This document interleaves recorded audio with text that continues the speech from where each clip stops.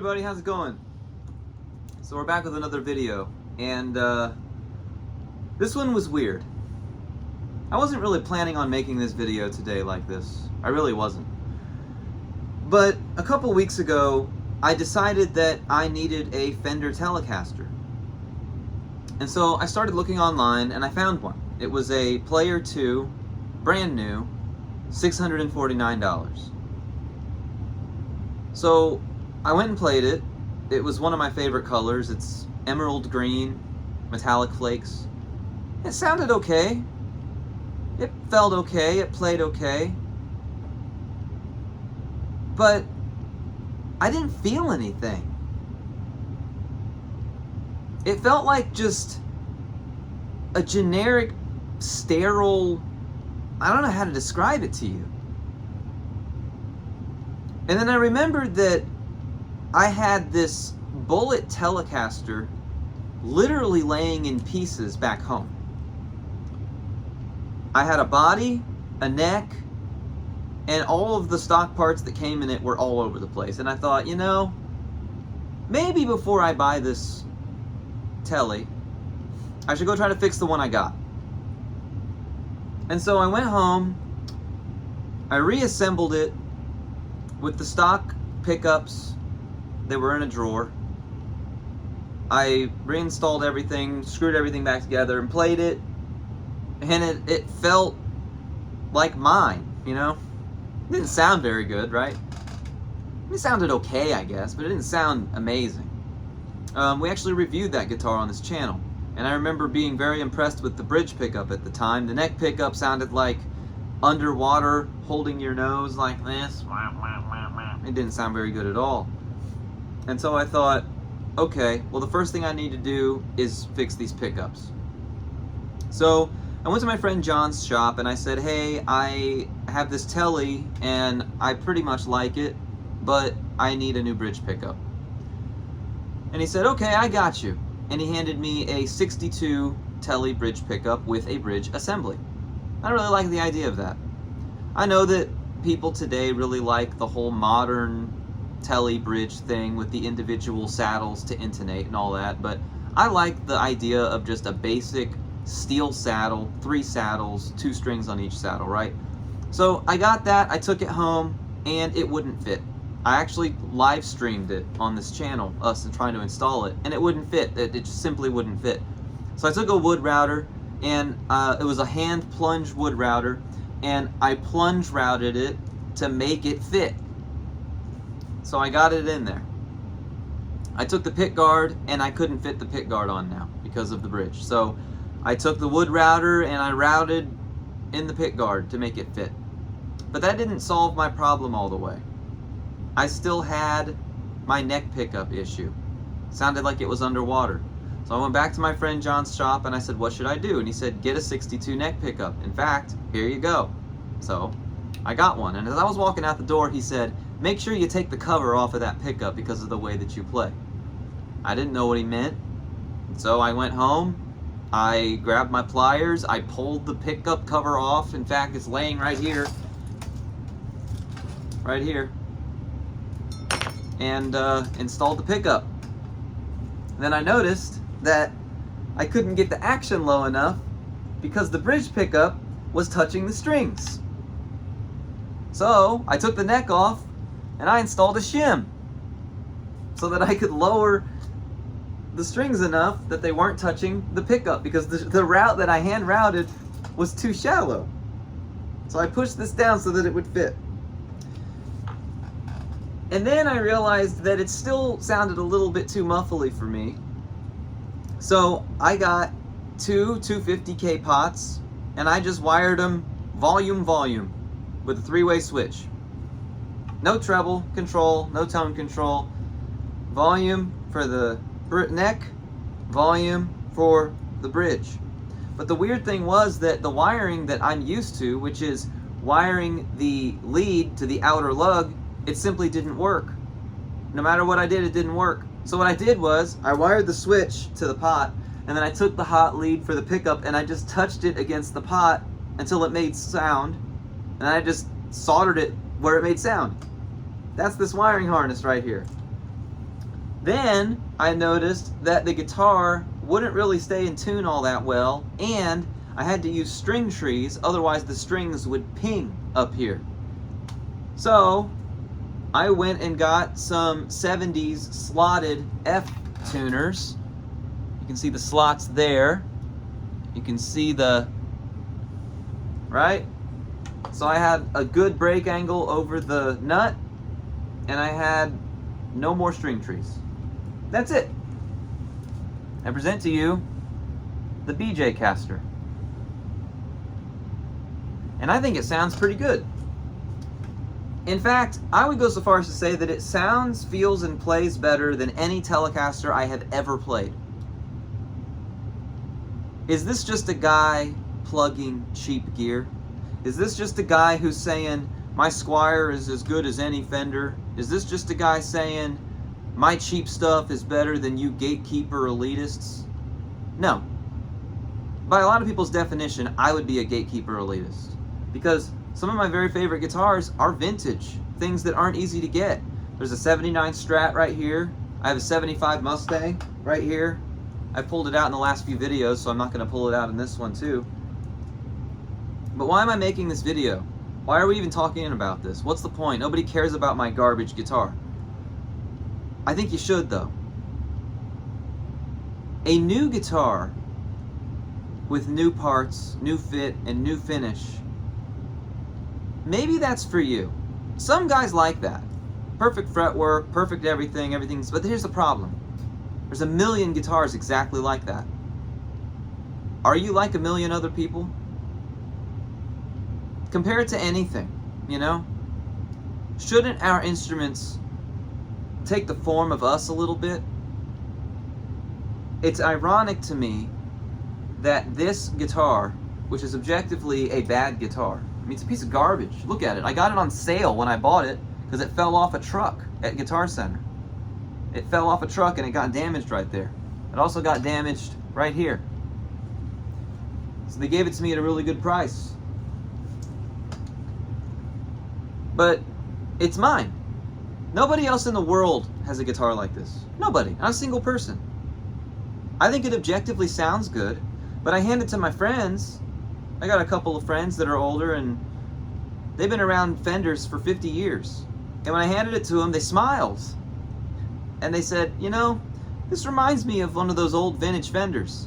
Because an old vintage Fender, every single one of them was different. They jerry-rigged whatever they had to do to get that guitar finished, to get it out the door. They didn't have these machines where everything was exactly the same every single time. They didn't have these machines that wound the pickups exactly the same way every single time. So this guitar has got, like, I literally, the fret ends were sharp, so I took this file right here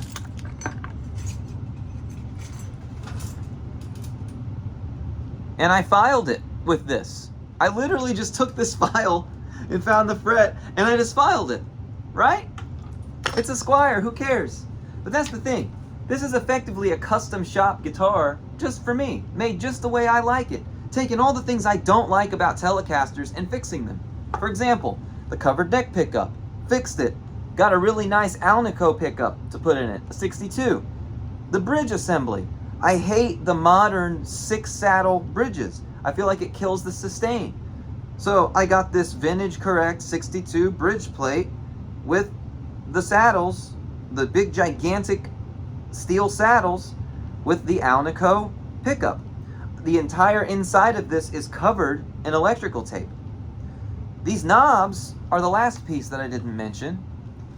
I told my friend John, who owns the store, he's owned it for 50 years, I said, John, I need knobs for this telly that I'm building.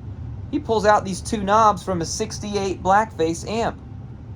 That's what these are. These aren't telly knobs, these are 68 Blackface knobs. And then this red switch tip I just found in my drawer.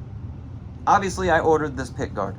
But everything else on this, it's not like some guys, they'll relic their guitar and then they'll like make an Amazon cart and buy all this Wilkinson and Geiger and Music Lily crap and build this guitar all in one day, and it's just like they built, I don't know how to explain it. There's no necessity. They made it look beat up on purpose. They chose all of these individual specific parts and built it to order. And that's where I think there's a major disconnect. When you build something by necessity to make it what you want it to be, it becomes special. It becomes different than anything anybody in the world owns. Are there other guitars wired this way? Absolutely. But were they wired this way for the same reason? No. I wired it this way because I found that there was a problem, so I fixed it. I picked these pickups, I found there was a problem, so I fixed it. I can't explain to you electrically why this pot works. I really can't. Like I said, I took the lead and I just touched it until it made noise out of the amp, and then I just soldered it there. And for that reason, I enjoy this guitar more than any new guitar that I could buy. I'm not buying that Telecaster now. Because, why? Why would I? It's a sterile, dead, lifeless, sanitized instrument. I don't need that in my life. I don't. When I play on stage with my band, Jaguar, I don't take my Les Paul Standard. I don't take my 70s Fenders. You know what I take? Now, this. I take this.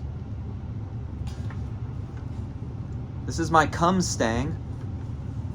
This started out as a Bullet Mustang. In fact, this is the guitar that launched this very channel. This guitar is exactly the same thing, and that's why it goes with me to every single show that I play. Every single one. This guitar is beat to shit because I played it. I didn't like that it didn't have a trim. The first video we ever did on this channel was installing a Bigsby on this guitar. Well, that Bigsby sucked ass. So I ended up getting a guitar and a trade that had a Washburn Wonder Bar. I took the Wonder Bar off, I screwed it on here. It's a surface mount that uses springs and plates, no routing required, Floyd Rose style trem system. I ended up getting from a guy a dead stock Alvarez Triforce. It's basically 3 single coils mounted to a giant magnet. This is a Gibson Dirty Fingers in the neck right here. I wired it to this 3-way switch. I cut the wire to the tone control so it doesn't do anything. All it has is a master volume control. I put locking tuners and a behind the nut lock. This guitar goes with me to every show. It is so reliable, and every single piece of it was something I did by necessity. Now, aesthetic choices, I put stars here. I put stars up on the headstock too. And we talked about that in the video for this guitar that came out now, what, 4 or 5 years ago? That's crazy. These are functional. I just put these on here. They, you know, when you play, they fall off. It's a good way to just pull another one off. Now, did I put this push sticker on here? Yes, because I thought it was hilarious. I was at the hardware store and I saw it, and so I bought it. Lock is actually the word for drunk in my native language. So it means something to me. So this is the guitar that I take. I don't take my 75 Mustang, I take my Mustang.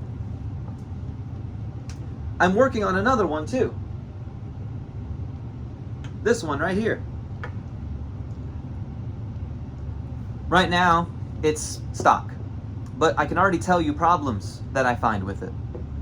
These single coil pickups aren't the best for what I play. I don't like the small pots. I feel like that causes a problem. The 3-way switch is okay, I guess, and I don't like that it's a hardtail. So I can already tell you some of the things that are going to happen. I'm going to get some of those 70s tuners to put up here. I'm going to get something like a Kaler Flyer, which is the top mount.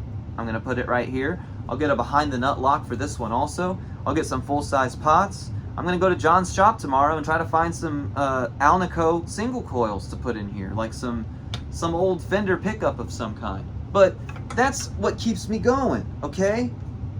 That's what this channel has always been about since the very beginning. I know that I talk a lot about Fender, and I talk a lot about Gibsons, and I talk a lot about things that make me angry, and I talk a lot about things that might seem like clickbait. They're really not clickbait. I truly believe these things, but I came to this realization today about this, that I have this gigantic, huge show coming up on Saturday. And what guitars am I taking? This one, the blue one I just showed you, and another one that's in a case back there. It's the Annihilator. It has an almost identical story, except it's kind of funnier. My father works in real estate. He was showing a commercial property, and while he was in there, he found a guitar in 5 pieces, and the owner said he could take it. He gave it to me probably 6 years ago. It's probably had 19 different pickups in it, 3 or 4 different necks, 7 or 8 different kinds of tuners. Everything on that guitar is custom. I hand drilled and hand routed for the Floyd Rose. The Floyd Rose is a Frankenstein with a bunch of different parts from different Floyds on it. I'm taking that with me too. But I've got a 5-figure guitar collection, all of which stays home when I play the biggest shows of my life. I think that that's something everybody can learn from. And I'm not saying this to be holier than thou, and I'm not saying this to say, I'm a genius and I'm a guitar savant and you should listen to me because I'm a genius and know what I'm talking about. It's a cautionary tale. We fall into these traps often where we think we have to buy new guitars all the time, and we have to, I don't know, when we do mod our guitars, we have to buy the right thing. Maybe it's not buying the right thing. Maybe it's taking the humbucker out of a guitar you never play and throwing it in another guitar. Maybe it's taking the tuners off of a guitar that you already own and putting them on a guitar that you play all the time. And I'm finding this hilariously as I'm setting up my rig. I've got a Plexi with a Variac with a turned up all the way, SD1 and Echo Plex in front of it, 5150 overdrive sometimes, but often I just crank the Marshall up really loud. And what guitar am I putting through it? This! Or that blue one, or the black one that I just described to you. It's not my Les Paul. It's not really my SG. It's not my vintage Fenders. It's these. And if you look at the greatest guitarists of all time, what are they known for? Tony Iommi's got that janky, crusty SG. Brian May's got the Red Special. Edward Van Halen had the Frankenstein guitar. Jimmy Page had his Les Pauls that were all hacked up that he experimented on. Angus has his SG that he literally cut a hole out of the back of to fit his wireless pack. Malcolm Young had his, what was it, a Firebird, a Gretsch, that had the tailpiece just screwed on back here and empty pickup cavities. That's what those guys were playing. They weren't going and getting off-the-shelf brand new Les Pauls, off-the-shelf brand new Fenders. No! And the people that are doing that now, do you really want to trust them?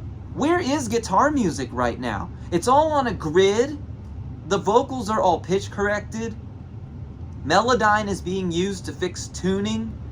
None of this stuff is happening in one room. The drummer's sitting there playing to a click track. Then he finishes, and then the bass player comes in and plays to that click track. Then the guitars. That's what music is now. Those are the guys that are buying the brand new guitars. Do you want to be like those guys? Or do you want to be like Jimmy Page, Angus Young, Malcolm Young, Edward Van Halen, Brian May? Choose. I'm choosing to be like those guys. Those guys are my heroes. And I know that I'll never be like them. I'll never be as successful or popular as them. But I'm going to do everything I can do to be as authentic as possible. And that comes down to the gear that I use. So people call me a snob, a gear snob, and a hater, and all these things. It's really not true. My main guitars are 2 Squiers and what remains of a Hard Luck King. So, there you go. I don't really have much else to say.